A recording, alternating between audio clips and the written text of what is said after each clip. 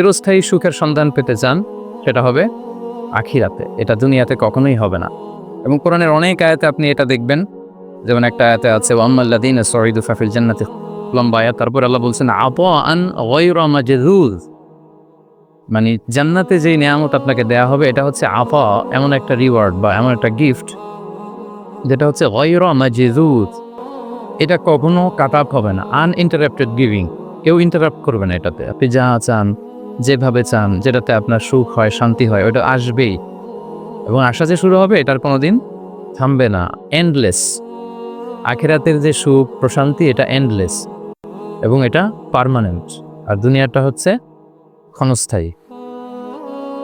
এবং এই ক্ষণস্থায়ী দুনিয়াতে এই ইন্টারাপ্টের একটা টেম্পোরারি সুখের একটা নমুনা, একটা ছোঁয়া, একটা ঝলকানি দিয়ে আল্লাহ তাআলা ওই চিরস্থায়ী যে সুখের বন্দোবস্ত আল্লাহ করেছেন সেটার প্রতি আমাদেরকে আকৃষ্ট করতেছেন।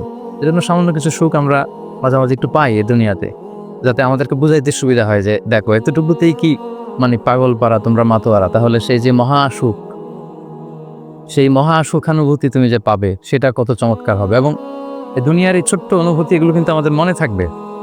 কোরআনের একটা আয়াত এটা প্রমাণ করে যে কুল্লামা রুজিকু মিনহা মিন সামারাতির রিজকা ক্বালু হাযা আল্লাযী রুজিকনা মিন ক্বাবলু ওয়া উতু বিহি মুতাশাবিহা। আমরা যখন জান্নাতে যাব, আমাদেরকে জান্নাতের যখন কোনো ফল দেয়া হবে, লেটস সে অ্যাপেল দেয়া হলো খাওয়ার জন্য, এই অ্যাপেল দেখি মানুষ বলবে এই তো আপেল তো দুনিয়াতেও খাইছে এটা। তার মানে দুনিয়াতে যে খাইছে এই সেন্স কিন্তু আমরা ভুলে যাইনি। অনেকে জিজ্ঞেস করে যে আখিরাতের এই সেন্সেশনটা কেমন হবে, আখিরাতে কি দুনিয়ার সবকিছু আমার মনে থাকবে?